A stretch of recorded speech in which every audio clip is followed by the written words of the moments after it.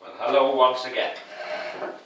This is me, Leonard Wells, broadcasting as usual from HASLINGDEN, 30 miles due north of Manchester in the UK, on Friday the 28th of October 2011. This is part 32 of my series, The United States of Europe, and we're having gone through the 27 countries which currently comprise the EU, and one or two more that I hope to see join, we're now going through a little hodgepodge of smaller countries which will take a longer time to come in, and some of which might come soon and some later. But today we're going to quickly look at Armenia, which is down here, right next to Turkey, south of Georgia, west of Azerbaijan, and north of Iran. This little country is older than many countries in Europe, and it was on the original Silk Road to the Far East, to China. So it's been at the centre of attention. The Mongols had a go at it, the Ottomans, the Turks, the Persians from the south. Everybody has had a go at one time or another. Now, Armenia came under the Turks, quite obviously because it's so close to Turkey and the Ottomans. But then when the First World War came along, the Ottoman Empire was torn apart, and Armenia gained its freedom. But in the actions which happened during the First World War, the Turks were afraid that the Armenians sympathized with the Russians, who were attacking from the other side. And there was this terrible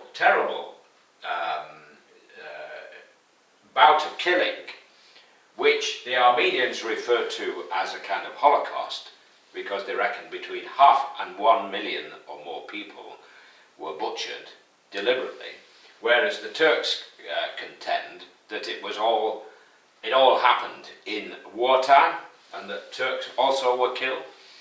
And it's very difficult. It soured relationships between the two countries for a long time. But not everybody will refer to it as a kind of genocide, like the Holocaust with the Germans and the Jews.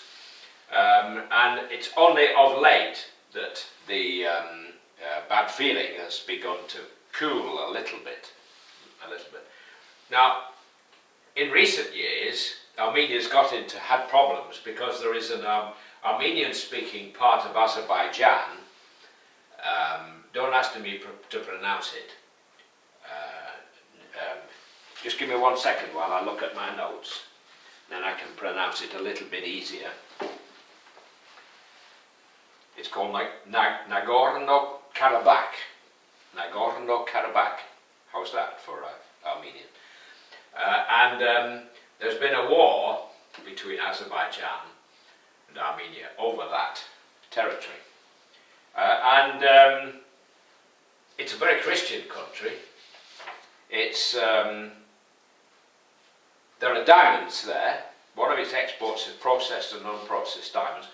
Quite a small country, looks smaller on the map than it actually is. It's about the size of Belgium. Very low per capita income for each inhabitant. Total, population of around 3 million. Capital is Yerevan, and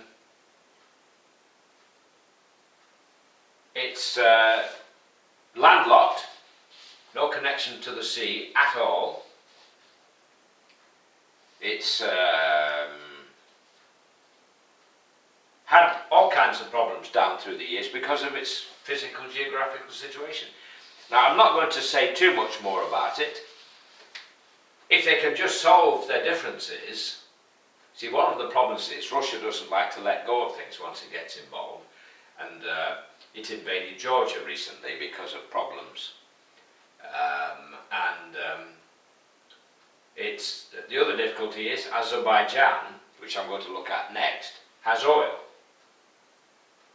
and which means an oil pipeline, and we'll look at that when we look at Azerbaijan. So I'm going to say God bless, while it's still legal in the UK to say God bless. Take care, bye for now.